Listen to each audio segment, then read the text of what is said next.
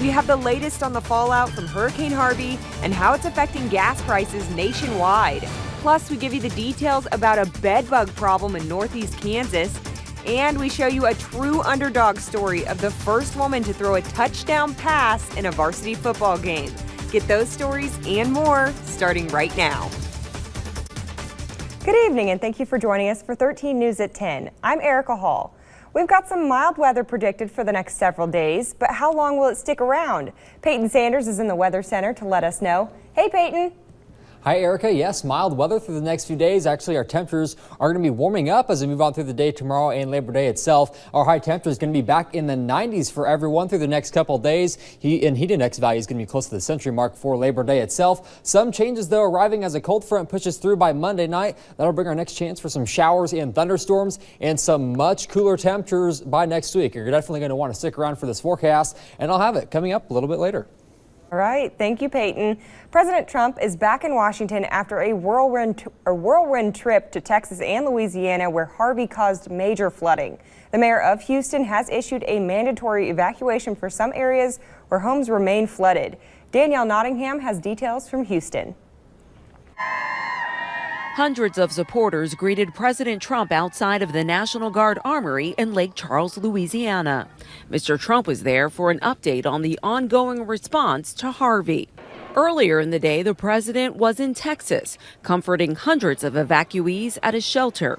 He promised to help survivors rebuild. They say 2 years, 3 years. I think that, because this is Texas, you'll probably do it in 6 months. I have a feeling. Mr. Trump received backlash for not visiting victims during his first trip to Texas after Harvey made landfall.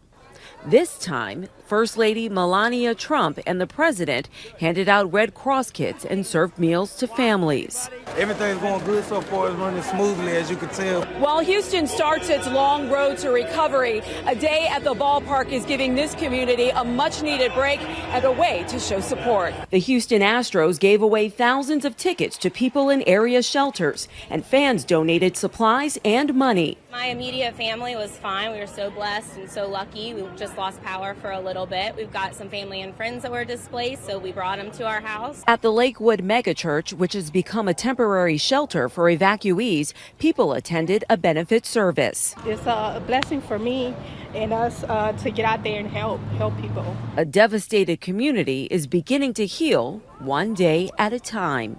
Danielle Nottingham, CBS News, Houston. President Trump has called for a National Day of Prayer Sunday to show support for the victims. With gas prices skyrocketing, two top Kansas officials are warning businesses that price gouging is illegal in the Sunflower State. Lieutenant Governor Jeff Colyer and Attorney General Derek Schmidt released a joint statement this morning saying they are closely monitoring the situation, especially gas prices.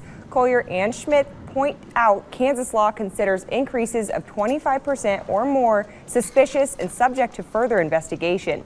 In those cases, a seller may have to provide documentation showing that the increase is due to the seller's increased costs. The physical and emotional toll Hurricane Harvey has left behind in southeast Texas is massive. But what about the financial toll? Jill Schlesinger gives us some perspective on what Harvey is actually going to cost. As the Gulf Coast prepares to clean up and rebuild after Harvey, many are wondering if FEMA's finances are up to the task. One of the agency's primary concerns is the National Flood Insurance Program, which currently owes $24.6 billion to the Treasury. Harvey-related claims could push it deeper into the red and towards its borrowing limit of just over $30 billion. That's an event that would require congressional action. Nearly all flood policies are underwritten by the government's program, which was established in 1968 after private insurers left the market because of large and unpredictable losses. Homeowners must live in a designated flood zone in order to purchase insurance through the program. Unfortunately, for those who are not covered, which is the majority of those impacted by Harvey, most standard homeowners policies cover structural and water damage only in limited circumstances, like when a falling tree knocks a hole in a roof, allowing rain to fall inside. Those who don't carry flood insurance will likely need federal assistance in some form in order to rebuild. Although details have not yet been released, Affected people in the region should check with disasterassistance.gov to learn about programs as they are announced. In New York, I'm Jill Schlesinger. Topeka police are cracking down on drunk drivers this Labor Day weekend. Officers will be out in the field specifically to spot people driving under the influence or committing other driving infractions. They'll be conducting the checks sometime between right now and 2:30 a.m. tonight. Officers could be set up at 6 different locations or less, depending on how much manpower they have tonight. To see the full list of locations, head over to WIBW.com. A Wichita man is in the hospital following an overnight crash in Wabaunsee County. Kansas Highway Patrol says the crash happened just before 2 a.m. along K-10 Highway near Illinois Creek Road. They say 60-year-old Ruth Hund of Alta Vista was driving her 2004 Buick LeSabre on the highway when it rear-ended a street sweeper driven by 58-year-old Clayton Hickman. Hickman was taken to the Wamego City Hospital. His injuries are unknown at this time. The Shawnee County Sheriff's Office has identified a suspect involved in a stolen car chase that happened Friday afternoon. Patrick Atchison was found by railroad workers. The railroad workers called for assistance, saying Atchison needed water and medical attention. Atchison was then arrested and charged with possession of a stolen vehicle, fleeing and eluding, and reckless driving. The other suspect has been identified but not yet located. Bed bugs have potentially invaded another medical facility in Topeka. 13 News has learned that the bugs have popped up at Brighton Place West, an assisted living facility. But as 13's Sean Wheat found out, bed bugs could potentially be anywhere. Bed bugs are a pretty bad issue just in the Topeka area alone. Schindel Pest Service has been battling bed bugs throughout the city for a while, and they can be anywhere. They are non-prejudiced. They're just incredible hitchhikers.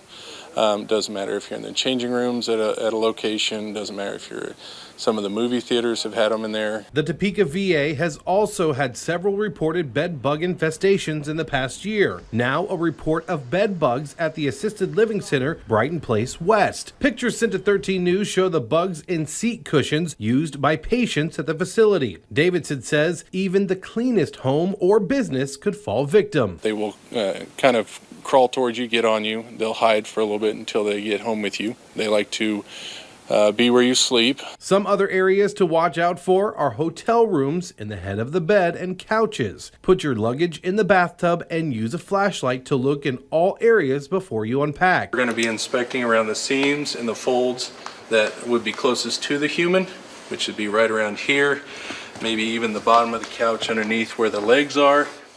Now on this couch in particular, it has this type of fold system right here. This would be a secondary area where I would definitely check because it gives them just a great place to hide underneath there. He says there are ways to protect you and your home, including using bug spray with DEET. Also, if using something in your home, make sure you follow the directions very closely, because if you don't... You're their McDonald's, you're their Burger King, their Taco Bell. They just like to, they find the nearest capillary in your skin. They're not very choosy. Sean Wheat, 13 News.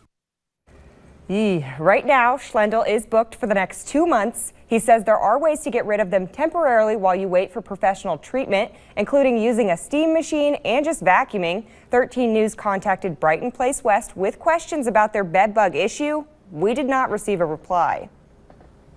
No one was hurt after a fire broke out in an apartment this morning. The Topeka Fire Department responded to the fire near the 600 block of Southwest 5th Street around 7 a.m. When crews arrived, they found light smoke coming from a single-story apartment. Once inside, officials noticed the fire coming from a mattress and quickly put it out. Investigators say the cause of the fire appears to be accidental. Damages were estimated at about $6,000. Fire officials say well above 5,000 acres have burned in a brush fire in Los Angeles. 3 structures have been lost, though no injuries have been reported yet. CBS News correspondent Wendy Gillette reports from New York.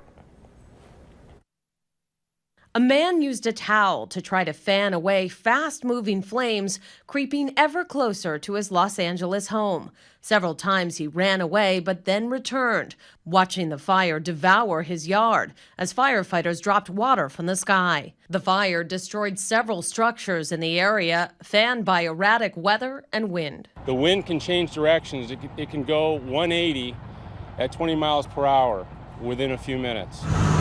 Named the La Tuna Fire, it's the largest blaze in terms of acreage in the history of the city.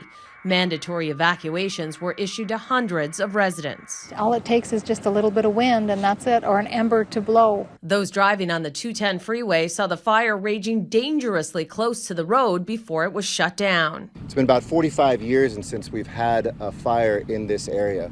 So we've known for a long time, and firefighters have known for a long time, there's a lot of fuel in these mountains. Firefighters warned those under voluntary evacuations to be ready to leave within minutes. Be set, have your car positioned appropriately, have your pets, your documents, your pictures, all the things that you want to protect loaded up in your car. Some of the more than 500 firefighters have been on the job for a day straight as they try to stop the flames from spreading further. Wendy Gillette for CBS News. Only about 10% of the fire was contained Saturday afternoon. Coming up after the break, we've got some girl power headed your way. We show you the story of the first female ever to throw a touchdown pass in a Florida varsity football game. Next. And coming up a little later in 13 Sports, the Wildcats offense explodes against Central Arkansas. Jonathan has the highlights. 96 hours of incredible savings only at Laird Knowler's 96-hour Labor Day weekend super sale. Now through Tuesday, only at all Laird Knoller stores. Every new and pre-owned vehicle is on sale. Over 1,000 vehicles to choose from, all discounted with huge super sale savings. 0% financing for up to 72 months is available at all 4 Laird Knoller stores. 2 stores in Topeka, 2 stores in Lawrence. Laird Knoller, for over 50 years, the lowest price at a huge selection. Major employers in Topeka are making changes, and many are facing an uncertain future. Has your employer offered you an early retirement package? Does your current retirement strategy address these kind of changes? Call us at Jones Advisory Group. We'll schedule a complimentary review and analyze your current retirement strategy and explore the options your employer has given you and discuss how it may impact your family. Your retirement and your family's future is important, so call now for our 4-step Money Matters Retirement Review. Welcome to Toyota's National Clearance Event. Thanks. I hear it's your biggest event of the year. Yeah, you can save on the remaining 2017s. And with 0% APR financing and great lease deals, any of these Toyotas can be yours. We have a few more. Oh. Right now, you can lease a new 2017 Highlander for $279 per month. Plus, every new Toyota comes with Toyota Care, our no-cost maintenance plan. Oh, wow. Toyota, let's go places. This is your 13 weather forecast. Glad to have you with us here on this Saturday night. We started out this Labor Day weekend a little bit warmer, and that trend is going to be continuing through the day tomorrow. All of us likely to reach highs in the 90s through tomorrow afternoon. Here were our highs today, though. Most of us stayed in the 80s. A few exceptions there. 90 was the high in Hiawatha, 93 in Salina this afternoon, 87 here in Topeka, 85 was the high in Lawrence as well as Emporia this afternoon. And again, these numbers tomorrow will likely be just a few degrees warmer, but you factor in the humidity with that as well. And we'll look at our heat index values by 4 o'clock tomorrow afternoon, mid and upper 90s across the area. It's going to be feeling warmer through the day tomorrow, and this trend will likely continue into Monday as well. Take a look at our heat index values by the time we move on through Labor Day. Upper 90s and lower triple digits here across northeast Kansas. One of the warmest days we've seen in a while, and we are going to be looking at a big cool down though after Labor Day. We'll be looking at highs falling back into the 70s here across the area, so some big changes in our weather as we move on through the next few days. And of course, Hurricane Harvey was in the news across eastern Texas, and we're keeping a watchful eye on Hurricane Irma this evening. This is across the eastern Atlantic. Right now, a Category 2 storm with maximum sustained winds near 110 miles per hour. And we're going to keep a close eye on this system. You can see how far it is away from the U.S. mainland right now, but there has been some forecasts out there showing that it is moving towards the Gulf, and that is not the case. That is some forecasts that we're seeing on social media. There are just some weather models that aren't necessarily correct. So let's show you the official forecast here from the National Hurricane Center.